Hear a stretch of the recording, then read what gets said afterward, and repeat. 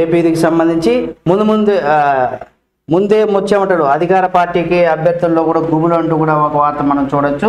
ఇక్కడ ఏంటంటే ఇన్ని రోజులు ఖర్చులు పెరుగుతూనే ఉన్నాయి, ప్రోటోకాల్స్ లేవు, అలాగే హంగులు లేవు అనేసి కూడా ఒక దానికి సంబంధించి చూస్తే అధికార యంత్రాంగాన్ని అడ్డుపెట్టుకొని గడప గడపకు మన ప్రభుత్వం అనే ఏదైతే ఉందో కార్యక్రమం ఎన్నికల ప్రచారం సాగిస్తున్నారు వైసీపీ నేతలు. అంటే జగనన్న ముందుగానే చెప్పాడు గడప గడపకి ప్రోగ్రాంకి అయితే ప్రచారం చేసుకోండి అనేసి. అయితే సార్వత్రిక ఎన్నికల షెడ్యూల్ విడుదలలో కొంత డీలా పడతా ఉన్నారు. కోడ్ రాకముందే కూడా తాయిలాలు ఇవన్నీ కూడా మనం చూస్తూనే ఉంటాం. రోజు ఏదో ఒక చోట కోడ్ రాకముందుగా తాయిలాలు కావచ్చు, పంపకాలు కూడా ప్రారంభించేశారట నేతలు. ఎన్నికల ప్రచారం ఎలా చేయాలి అనే దానిపైన తలలు పట్టుకుంటున్నారు. అంటే ముందుగానే ఇక్కడ కొంత డబ్బులు అయితే పనిచేసినారు, అంటే గిఫ్టుల రూపంలో ఇచ్చేసినారు, షేర్లో కుక్కర్లో ఇట్లాంటివైతే ఇచ్చేసినారు. కాబట్టి దానికి సంబంధించి ముందుగానే డబ్బులు పనిచేస్తే ఇప్పుడు ఎన్నికల నోటిఫికేషన్ వచ్చింది, ఇప్పుడు మళ్ళీ పంచాలంటే డబ్బులు ఉండాలి కదా, అంటే ఖర్చు రూపాయి అనేది 2 రూపాయలు అయితే అయిపోతుంది. కాబట్టి ఆ విధంగా ఉంది. ఇక విధుల్లో హంగామా చేసినటువంటి సమన్వయకర్తలు ఎవరైతే ఉన్నారో, అంటే ప్రతి జిల్లాకి సమన్వయకర్తలను అయితే జగన్మోహన్ రెడ్డి నియమించినాడు. కాబట్టి ఆ సమన్వయకర్తలు అయితే కూడా ఇక్కడ ఉన్నారు. కాబట్టి వాళ్ళకి విధుల్లో హంగామే లేకుండా పోతా ఉందట. అధికారులు దూరం కావడంతో సమావేశాలకే పరిమితం అవుతా ఉన్నారు. ఎవరైతే అధికారులు ఉన్నారో ఎన్నికల కోడ్ వచ్చినప్పుడు ఏంటంటే ఇక వాళ్ళు ఎట్టి పరిస్థితుల్లో వీళ్ళకి ఇదిగా ఉండాల్సినటువంటి పని ఉండదు. కాబట్టి ఆ రకంగా ఉంది. ఇప్పటికే పలు నియోజకవర్గాల్లో తాయిలాలు పెద్ద ఎత్తున పనిచేసినారు. అదే తాయిలాలు అంటే డబ్బులు గిఫ్ట్లు అనమాట. దానికి సంబంధించి పెద్ద ఎత్తున కూడా పంచినారు. అలాగే ప్రభుత్వ నిధుల్లో చికెన్ భోజనాలు కొసరి వడ్డించినటువంటి నేతలు, అంటే ప్రభుత్వం దగ్గర ఉన్నటువంటి ప్రజల డబ్బుని వీళ్ళు ఏం చేశారంటే ఇటు చికెన్ కావచ్చు, భోజనాలు కావచ్చు, ఇవన్నీ కూడా కొంత కొసరి వడ్డించినటువంటి నేతలు ఎన్నికల షెడ్యూల్ చూసి కంగుతున్నారు. అంటే ఇంక ఇప్పుడు వీళ్ళ చేతులను పెట్టుకోవాలి. ఎంతకుంటే అంటే గవర్నమెంట్ సొమ్ము ఉండేది కాబట్టి దాన్ని వాడేస్తూ ఉన్నారు. కాబట్టి ఆ రకంగా ఉండింది. ఇప్పుడు ఇక్కడ చూస్తే అటువంటి పరిస్థితి అయితే లేదు. ఎందుకంటే ఇక్కడ మనకి చూస్తూ ఉన్నాము. అలాగే ఇక్కడ ఎన్నికల షెడ్యూల్ తీసి ఇచ్చేసినారు. ఇక నియోజకవర్గానికి సగటుగా 100 కోట్ల రూపాయల బడ్జెట్, 100 కోట్ల రూపాయల బడ్జెట్ అయితే అంచనా వేసుకుంటున్నారట నేతలు. మరి 50% అదనంగా కూడా ఇక్కడ అయిపోయేటట్టు ఉంది. ఆ 100 కోట్లే కాదు, ఇంకొక 50 కోట్లు 50% అదనంగా అంటే 150 కోట్ల రూపాయలు ఒక నియోజకవర్గానికి ఖర్చు చేయాల్సినటువంటి పరిస్థితి వచ్చేసింది. కావాలని లెక్కలు వేసుకుంటున్నారట. అంటే 150 కోట్ల రూపాయలు పెట్టి ఎమ్మెల్యేకి గెలిస్తే ఆయన ఎంత సంపాదించాలో ఆలోచించండి. ఆయనకేమో డబ్బులు ఏమైనా ఊరికే వస్తాయా? ఎక్కడో ఒక చోట తీసి అప్పు సొప్పు చేసి ఒకవేళ ఓడిపోయినాడు అనుకో, ఇంకా ఆస్తులు గీస్తులు మొత్తం ఫ్యామిలీని కూడా అమ్మేస్తే కూడా 150 కోట్లు అయితే తీరదని కూడా చెప్పుకోవాలి. ఉన్న వాళ్ళకైతే పెద్ద సమస్య లేదు, కానీ లేని వాళ్ళ పరిస్థితి ఎట్లా ఉంటుందో చూసుకోవాలి. ఇక్కడ అటువంటి పరిస్థితులు అయితే మనం చూస్తూ ఉన్నాము. ఆ తర్వాత మనకి ఇక్కడ మరొకటి చూసినట్టయితే ఇక లెక్క వేసుకుంటారు. దీనికి కారణం ఏంటంటే ఎన్నిక షెడ్యూల్లో పోలింగ్ దూరం కావడమే. ఎందుకంటే ఇప్పుడు ఒక 10 రోజులు నెల రోజులు అంటే అది వేరుగా ఉండేది, కానీ ఈ ఎన్నికలకు ఇప్పటి నుండి కూడా ప్రచారం మొదలు పెట్టాలంటే ప్రతి ప్రచారానికి వచ్చే వాళ్ళకి డబ్బులు ఇవ్వాలి, జనాభాగా డబ్బులు ఇవ్వాలి, వాళ్ళకి పెట్రోల్ పోయాలి, మందు పోయాలి, తినేదానికి తిండి పెట్టాలి. ఈ ఎండాకాలం అసలే మామూలుగా ఉండదు. ఈ నీళ్లు మామూలుగా తాగేస్తూ ఉంటారు. బీర్లు అయితే ఇంకా చెప్పాల్సిన మళ్ళీ ఈసారి మళ్ళీ బీర్లు సేల్స్ అయితే బాగా భారీగా పెరిగిపోతాయని చెప్పుకోవచ్చు. ఇక ఈ షెడ్యూల్ ఏంటంటే తొందరగా కానీ, అంటే ఎన్నికలు తొందరగా కానీ ఉంటే వేరు, కానీ ఏప్రిల్ అనేటప్పటికీ అదొక విధంగా లెక్కలేసుకుంటా ఉన్నారు దీనికి సంబంధించి ఏం చేయాలని. కాబట్టి ఇటువంటి పరిస్థితులు అయితే ఉన్నాయి దూరంగా ఉండడం వల్ల. కాబట్టి ఇక్కడ మనం ఈ షెడ్యూల్ ప్రకటించిన వెంటనే నియమాలు అమల్లోకి వచ్చేస్తాయి. కాబట్టి అంటే వీళ్ళకి ఏవైతే ప్రోటోకాల్స్ ఇవన్నీ కూడా కొంత కట్టుదిట్టంగా ఉంటాయి. కాబట్టి దానికి సంబంధించి కూడా వీళ్ళు కొంత దూరంగా ఉండాల్సినటువంటి పరిస్థితి అయితే ఉంటుంది. కాబట్టి అటువంటి ఉన్నాయి. కాబట్టి ఈ ప్రోటోకాల్ వ్యవహారం దూరం అయిపోతుంది. కాబట్టి ఇప్పుడు వీళ్ళకి అధికారం ఉన్నా కానీ ఏమి చేయలేనటువంటి పరిస్థితి, అధికారం ఇక తాత్కాలికంగా లేనట్టే. కాబట్టి దాదాపు 58 రోజులు గడువు ఉన్నది ఎన్నికలు మనకు ఓటింగ్ వేసేటువంటి రోజుకి. ఆ ప్రచారం ఖర్చు అయితే ఏదైతే ఉంటుందో ఇది భారీగా పెరిగిపోతూ ఉంటుంది. కార్యకర్తలు బేటాలు తడిసి మోపుడైపోతాయని కూడా చెప్పుకోవాలి. ఎందుకంటే అది 100% అందరికి తెలిసిందే. ఎందుకంటే రోజుకి ఒక మనిషికి 500 వేసుకున్నా కానీ ఒక 100 మంది వచ్చినారంటే 50,000 రూపాయలు టాము ఓన్లీ వాళ్ళకు వచ్చిన దానికి. ఇక తిండి, నీళ్లు, మందు ఇట్లా వేసుకుంటే దగ్గర ఒక రోజు మహా అంటే 1 గ్రాము 2 గ్రాములు 3 గ్రాములు తిరిగితే వాళ్ళకి అయ్యేటువంటి ఖర్చు 4-5 లక్షల మినిమం అవుతుంది.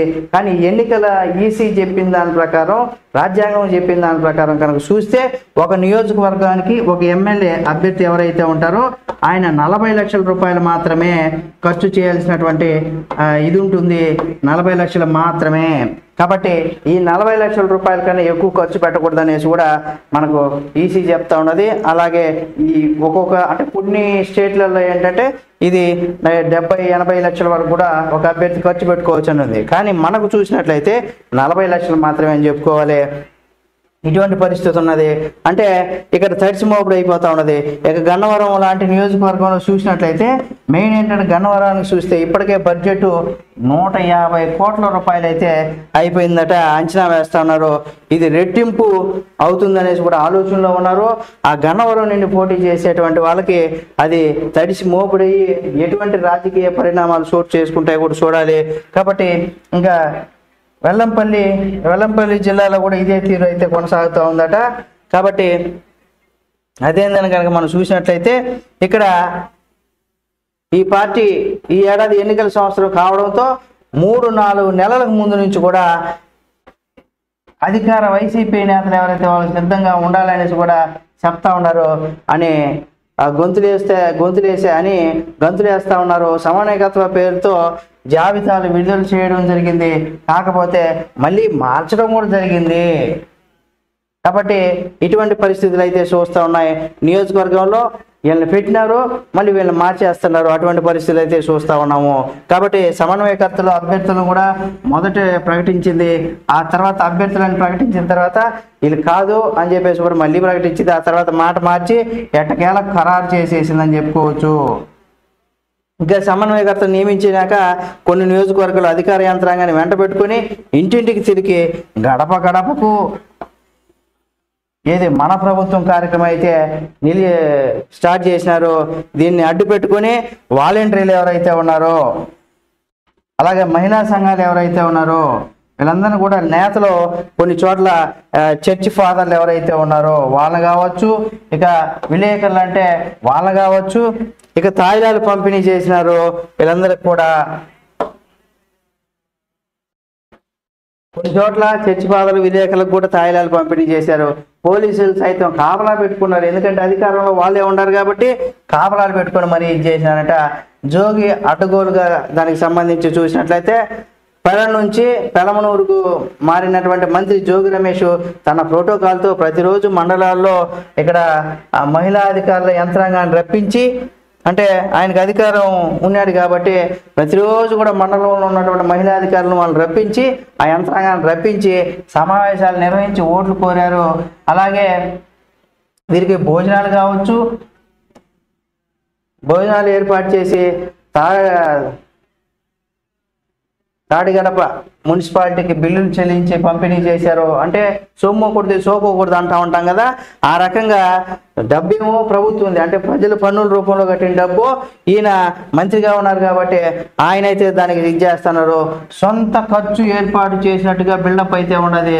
ఎందుకంటే ఇదంతా ప్రజలు పన్నుల రూపంలో కట్టినటువంటి డబ్బుని ఏదో తన సొంత జేబులో నుండి తీసి వాళ్ళకంతా భోజనాలు పెట్టించినట్టుగా కూడా బిల్డప్ ఇస్తూ ఉన్నాడు ఆయన. ఇక పెలమనూరులో ఆయన కొత్త అనేసి కూడా చెప్తా ఉన్నారు. కనీసం మంత్రి హోదా కూడా గతంలో ఎప్పుడు కూడా ఈ పెలమనూరుకి అయితే రాలేదట.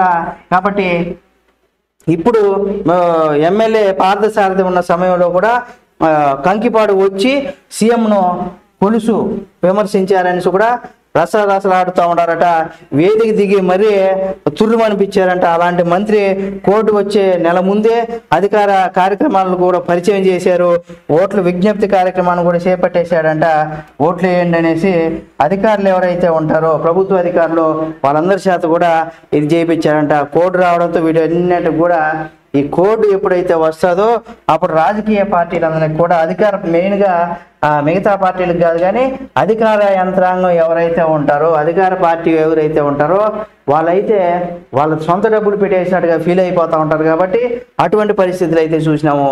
ఇప్పుడు తెగే కోర్టు వచ్చేసింది కాబట్టి ఇక అధికారులు ఎవరు కూడా ఆ ప్రభుత్వానికి అనుకూలంగా లేదా ఆ ప్రభుత్వ కార్యక్రమాల్లో కూడా పాల్గొనేటువంటి అవకాశం లేదు. కాబట్టి అటువంటి పరిస్థితులు అయితే ఉన్నాయి. ఇక విజయవాడ పశ్చిమ నుంచి కూడా సెంట్రల్గా మారినటువంటి మాజీ మంత్రి వెల్లంపల్లి సైతం అధికారులను అడ్డు పెట్టుకొని ఎన్నికల ప్రచారం చేశాడు. మధ్యలో మేయర్ భాగ్యలక్ష్మి ప్రోటోకాల్ను వాడుకున్నారు. వాలంటీర్లు కావచ్చు, అలాగే ఇక్కడ మనం చూస్తే వాలంటీర్లు కావచ్చు లేదా నగరపాలిక వాళ్ళకి సంబంధించి కావచ్చు, సచివాలయ సిబ్బంది కావచ్చు, ఇక కార్పొరేటర్ల వీళ్ళందరినీ కూడా వెంటేసుకొని ఆయన పెద్ద బిల్డప్ ఇస్తూ జనాల్లోకి వెళ్ళిపోయినారు. వెంటేసుకొని బిల్డప్ ఇస్తూ ఇచ్చాడట. చిన్న కాలువ కూడా సైతం పెద్ద ఎత్తున కొబ్బరికాయలు కొడుతూ ఉంటాడు.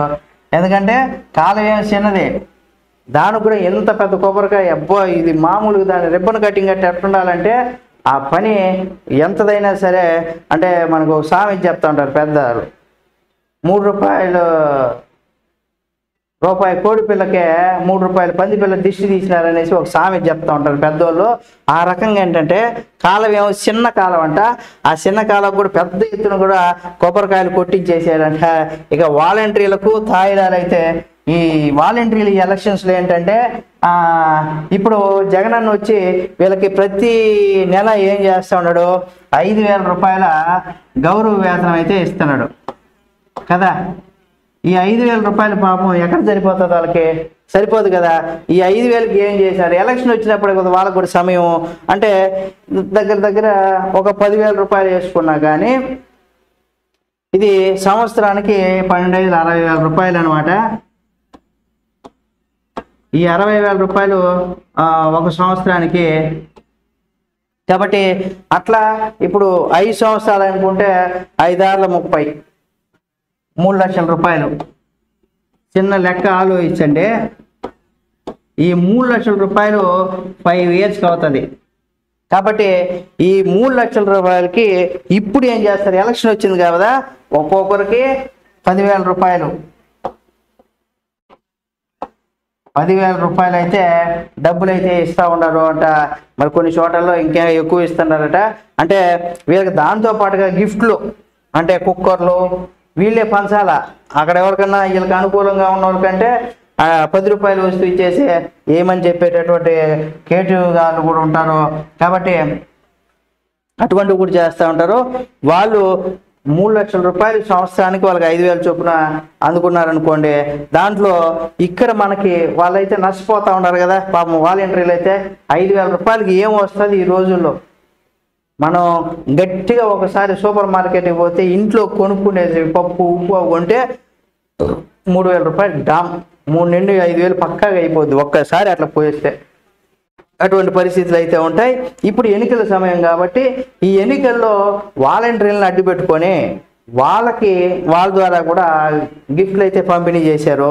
సరే ఇప్పటికైతే కొన్ని చోట్ల పని చేశారు బాగా. వాలంటీర్లు ఉపయోగించుకొని ఆ వాలంటీర్ యంత్రాంగాన్ని ఉపయోగించుకొని ఇలా అయితే మంచి పని అయితే అంటే మంచి పని చేసుకున్నారు. కానీ కొంతమందికి ప్రజలకైతే బాగానే తాయిలాలు ముట్టినాయి. కాబట్టి వాలంటీర్లు కూడా చేయాలంటే అది ఇల్లీగల్ కదా. జగనన్న సైన్యం అని ఎంత చెప్పుకున్నా కానీ అందరూ చేయాలని రూల్ ఏమి ఉండదు కదా. కాబట్టి వాళ్ళు 100% వాళ్ళకు కూడా ఎంతకో ప్రణవం కావాలి కాబట్టి వాళ్ళు కూడా దాంట్లో నొక్కేస్తూ ఉంటారు. ఇక ఆ రకంగా చూసుకున్నా కానీ ఇప్పుడు వాళ్ళు ఈ 3 లక్షలు ఈ ఎలక్షన్స్లో సంపాదించుకునే అవకాశం కూడా ఉంటుంది. కాబట్టి వాళ్ళు ఏ విధంగా పనిచేస్తారు ఏమనేది కూడా చూడాలి. ఇక్కడ అధికారులు సైతం ఎంత పెట్టుకొని ఇక్కడ ఆయన కొబ్బరికాయ కొట్టాడు అట్లా చేశాడంట. ఇక శంకుస్థాపన పేరుతో తిరిగినాడు. కోర్టు అమలులోకి రావడంతో వీటన్నిటి కూడా ఇప్పుడు తెరపడింది. అధికారులు సైతం ఎస్ బాస్ అనే పరిస్థితి లేదు. ఎందుకంటే ఒకసారి ఎన్నికల కోడ్ అమలుకు వచ్చేసిందంటే అధికారులు ఎవరు కూడా వీళ్ళు ఎవరిని కూడా దేకరు. మళ్ళీ గెలిస్తేనే వీళ్ళని ఎవరైనా సరే చూసేది చేసేది అటువంటి పరిస్థితులు అయితే ఉన్నాయి.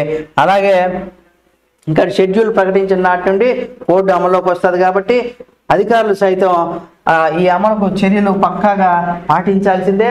లేకపోతే వీళ్ళ అధికారులు ఎవరైతే ఉంటారో వాళ్ళపైన ఊస్టింగ్ ఆర్డర్ ఇచ్చేస్తుంది ఈసీ. అటువంటివి ఉన్నాయి. ఇక మహిళా సంఘ సమావేశాలు ఏవైతే ఉంటాయో వాళ్ళు కూడా అక్కడ ఇష్టం ఉంటే వస్తారు కానీ లేకపోతే రారు కదా. ఇక వాలంటీర్లను తిప్పుకోవడం కుదరదు. సచివాలయ సిబ్బందిని పర్యటనకు ఉండవు. సొంత ఖర్చులతో తిరగాలి. ఎందుకంటే ఇప్పటి వరకు అధికార పార్టీలో ఉన్నారు కాబట్టి అధికారం అంటే ప్రభుత్వ సొమ్ము పన్నుల రూపంలో కట్టిన సొమ్మును వీళ్ళు అధికారంలో ఉన్నారు కాబట్టి వాడేసినారు. ఇప్పుడు కోడ్ అమల్లోకి వచ్చింది కాబట్టి ఇవన్నీ కూడా సచివాలయ సిబ్బంది కావచ్చు, మహిళా సంఘాలు కావచ్చు, ఇటు వాలంటీర్లు కావచ్చు, వీళ్ళందరూ కూడా ఇప్పుడు అధికార యంత్రాంగానికి పనిచేయాల్సినటువంటి పని ఉండదు కాబట్టి పని చేస్తే వీళ్ళ జాబులు పోతాయి కాబట్టి వీళ్ళు ఇప్పుడు మానేశారు. కాబట్టి ఇప్పుడు వీళ్ళకి తెలుస్తుంది ఏంటంటే సొంత ఖర్చు పెట్టుకోవాల్సినటువంటి ఆ పరిస్థితి ఇక్కడ మనం చూడాలి. కాబట్టి ఇటువంటి అప్పుడు ఇప్పటి వరకు పలహారాలు కావచ్చు, భోజనాల ఖర్చు కొందరు అధికారులను ఎత్తిన వేసుకుంటా ఉన్నారు. అంటే ఎవరికైతే టికెట్ ఇస్తే వాళ్ళు తప్పనిసరిగా అదైతే పని చేయాల్సిందే. వాళ్ళు చేయను అనే దానికి ఉండదు కాబట్టి ఇప్పుడు ఇక కుదరదు అనే దానికి ఉండదు. కాబట్టి కార్యకర్తలకు పెట్రోల్ నుంచి కూడా నేను ముందుగానే చెప్పిన ఈ పెట్రోల్ దగ్గర నుండి మందు కావచ్చు, నీళ్లు కావచ్చు, భోజనాలు కావచ్చు, ఇక వాళ్ళకి రోజువారీ కూలీలాగా అంటే వాళ్ళు ఒకసారి మీతో పాటు కార్యకర్తల నాయకుడితో పాటు తిరగాలంటే ఈ పెట్రోల్ దగ్గర నుంచి భోజనాలు భరించాలి. అలాగే పోలింగ్ తేదీ వరకు కూడా అంటే మే 13వ తేదీ వరకు కూడా ఈ తతంగం అయితే ప్రతి పార్టీ చేయాల్సిందే, చేసుకొని రావాల్సిందే అని కూడా పరిస్థితి ఉండదు. కాబట్టి ఇది చాలా గట్టి దెబ్బ అని చెప్పుకోవచ్చు. ఈ తతంగం ఉంటుంది. ప్రచారం చేయకపోతే ఏమవుతుంది? ఓడిపోతారు.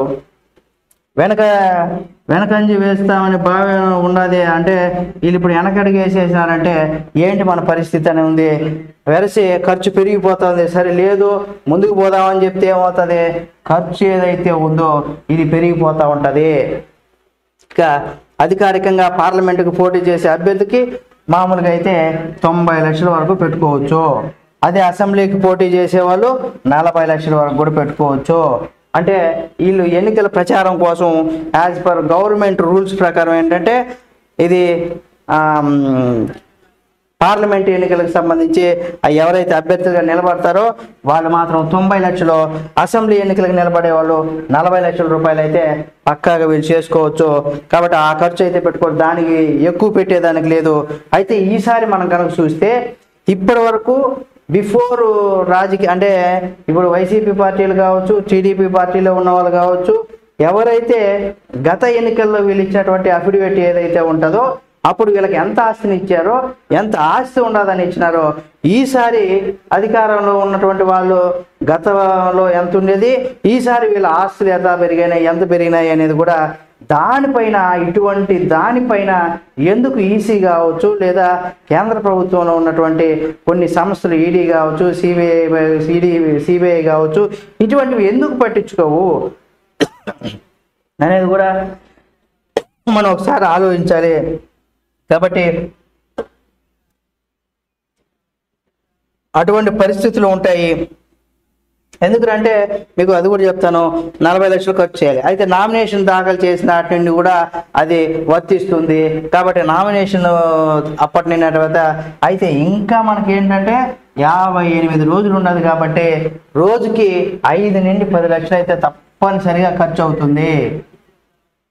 మినిమం 5 లక్షలు వేసుకున్నా సరే ఎంత అవుతుందో మీరే ఆలోచించుకోవచ్చు. కాబట్టి అటువంటి పరిస్థితులు అయితే ఉన్నాయి. కాబట్టి అదనంగా వీధికో కార్యాలయం పెట్టి ఖర్చులు ఉండాలి. ఎందుకంటే అక్కడ ప్రతి నియోజకవర్గంలో కొంత కార్యాలయాలు అయితే పెట్టాలి. ఆ పార్టీకి సంబంధించిన ఆఫీసులు పెట్టాలి. ఈ 2-3 నెలలు అయితే దాన్ని అంచనా వేసుకుంటే నెల వ్యవధిలోనే పోలింగ్ ఉండేటువంటి ఖర్చు తగ్గదనేసి కూడా విశ్లేషకులు చెప్తా ఉన్నారు. అధికార పార్టీ అభ్యర్థులు ఆ ఖర్చు బెంగ పట్టుకుందని కూడా చెప్పుకోవచ్చు. అధికారంలో ఉన్నటువంటి అభ్యర్థులకే ఇటువంటిది ఈ బెంగ అయితే ఉంటే మరి ప్రతిపక్షాలకి పార్టీలకు గడువు దొరికిందనేసి కూడా, ఎందుకంటే వాళ్ళు ఇప్పుడు అధికార పార్టీ పైన కూడా విమర్శలు చేస్తూ ప్రజల్లోకి వెళ్తారు కాబట్టి అప్పటి నుండి కూడా ఎన్నికల సంఘం దీనిపైన కూడా పర్యవేక్షించాలి, వైసీపీ ఆగడాలను కూడా కొంతైనా కళ్యం పడుతుందనేసి కూడా చాలా మంది అయితే చెప్తా ఉన్నారు. కాబట్టి ఈ రకంగా అయితే ఉండదు. ఇక్కడ మనం ఇంకోటి కూడా చూడాలి, ఏంటంటే నిజంగా ఇప్పుడు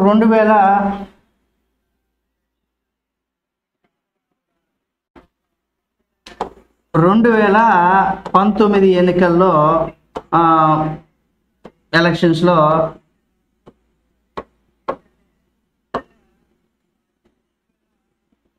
మనకి ఒక అభ్యర్థి ఎవరో ఉన్నాడు, ఏ అనే అభ్యర్థి ఉన్నాడు. ఇతను ఏ అనే అభ్యర్థి 2019 ఎలక్షన్స్లో ఇతనికి అఫిడవిట్లో ఏం చేశాడంటే ఒక 50 లక్షల ఆస్తి ఉన్నదని ఇచ్చినాడు. 50 లక్షలు ఉన్నదన్నాడు. సరే, బాగుంది. ఇది 2019 ఎలక్షన్ అప్పుడు ఏ అనే అభ్యర్థికి అఫిడవిట్లో 50 లక్షలు ఉన్నదని ఇచ్చినాడు. అదే 2024 వచ్చినప్పుడు అదే పర్సన్కి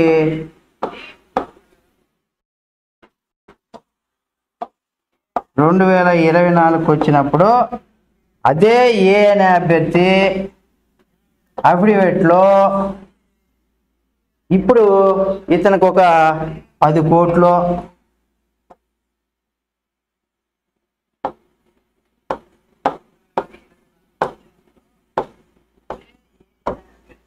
పైన ఆస్తి ఉన్నట్టు ఇస్తాడు కదా.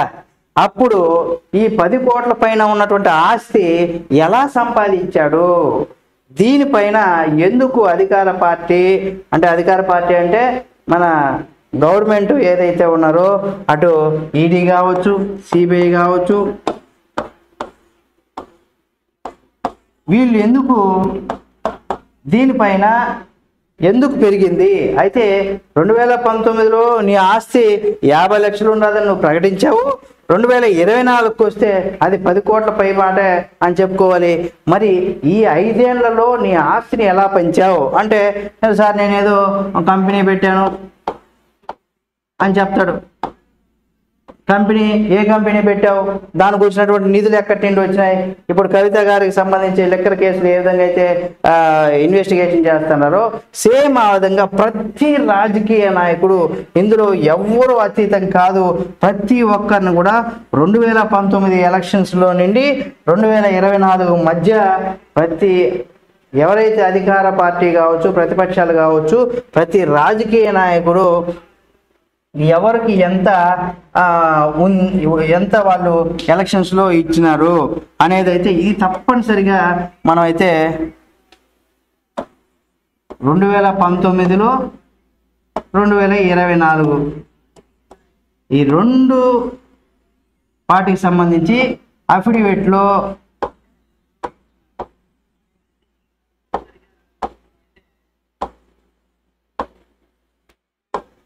ఒక రాజకీయ నాయకుడు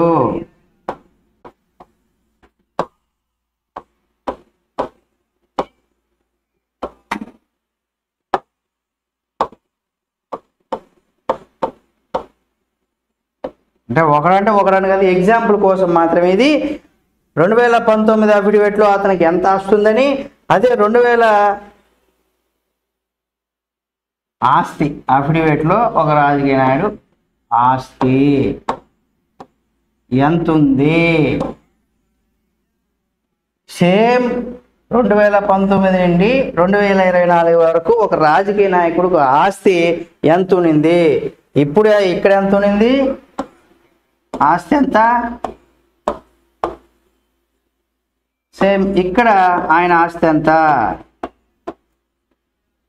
అనేది కూడా అతను అఫిడవిట్లో తెలియజేస్తాడు. కాబట్టి ఒకవేళ సేమ్ ఒక 50 లక్షల ఆస్తి ఉంటే అది ఒక 1 కోటి రూపాయలు అయిందంటే దాన్ని మనం పెద్దగా చూసుకోవాల్సిన పని లేదు. లేదా 1 కోటి ఉంటే మహా అంటే 2 కోట్లు వచ్చిందంటే, కానీ ఇది 50 లక్షల రూపాయలు ఉన్నటువంటి ఆస్తి మరి కోట్ల రూపాయలు వచ్చేసిందంటే అంటే 50 లక్షల నుండి ఒక 10 కోట్లు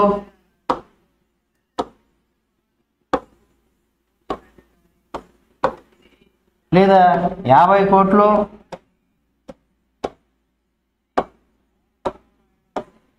లేదా 25 10 25 50 కోట్ల ఆస్తి వచ్చిందంటే అతనికి ఏ రకంగా వచ్చింది అంటే ఏ రకంగా ఎటువంటి వ్యాపారాలు చేసి అతను డెవలప్ అయ్యాడు. ఫర్ ఎగ్జాంపుల్ అతనికి 50 లక్షల రూపాయల ఆస్తి అఫిడవిట్లో ఇస్తే 10 కోట్లు 5 సంవత్సరాల్లో కనుక అతను సంపాదించుంటే 5 సంవత్సరాల్లో కనుక 10 కోట్లు సంపాదించుంటే ఆ ట్రిక్స్ ఏవైతే అంటే ఏమయ్యా నేను 50 లక్షలతో పెట్టుబడి పెట్టాను ఈ 5 సంవత్సరాల్లో 10,000 కోట్లు అయింది, దానికి ఈ విధంగా మీరు కూడా నేర్చుకోండి, మీరు కూడా 50 లక్షలని 10 కోట్ల వరకు కూడా ఈ 5 సంవత్సరాలు మీరు సంపాదించుకోవచ్చు లేదా 20 కోట్లు అయితే సంపాదించుకోవచ్చు అని మీరు చేసేటువంటి బిజినెస్ ట్రిక్స్ ఏవైతే ఉన్నాయో ప్రజలకు కూడా చెప్తే వాళ్ళు కూడా అందరూ కూడా కోటీశ్వరులు అయిపోతారు కదా. అది ఏ రకంగా సంపాదించారు అని ప్రతి రాజకీయ నాయకుడు దీనికి సంబంధించి చెబితే ప్రజలు కూడా నేర్చుకుంటారు, వాళ్ళు కూడా ఎలా డెవలప్ అవ్వాలో నేర్చుకుంటారు, వాళ్ళు కూడా ఆర్థికంగా బలపడతారు. ఇది ప్రతి రాజకీయ నాయకులు అయితే చెప్పండి మీ ఆస్తిని ఈసారి అఫిడవిట్లు ఇచ్చేటప్పుడు దీనిపైన ఈసీ తప్పనిసరిగా అయితే చర్యలు తీసుకోవాలి. ఎలక్షన్ కమిషన్ వాళ్ళు ఎవరైతే ఉన్నారో ఈసీ తప్పనిసరిగా ఈ ఆస్తులకు సంబంధించి ఎలా సంపాదించారు అనేది ఈసీ ఎందుకు పట్టించుకోవడం లేదో మనం జగమెరిగిన సత్యం. అసలు ఈసీ ఈ ప్రతి రాజకీయ నాయకుడు అఫిడవిట్లు గత ఎలక్షన్స్లో ఈ ఎలక్షన్స్లో అతనికి ఆస్తి ఎలా పెరిగింది దాంట్లో కరెక్ట్గా ఎలా సంపాదించాడు ఏమనేది కూడా గవర్నమెంట్ వాళ్ళ ప్రజా సేవకులుగా చెప్తా ఉన్నారు కాబట్టి వాళ్ళే ఆ ట్రిక్ ఏదో చెప్తే అందరూ కూడా సంతోషిస్తాం కదా. కాబట్టి మీకు అర్థమైంది, ఒకవేళ ఎవరన్నా మధ్యలో వచ్చుంటే వెనక్కి వెళ్ళి చూస్తే మీకు ఈ వీడియో మొత్తం కూడా అర్థమైపోతూ ఉంటుంది. ఈ రకంగా ఉంది ఇది.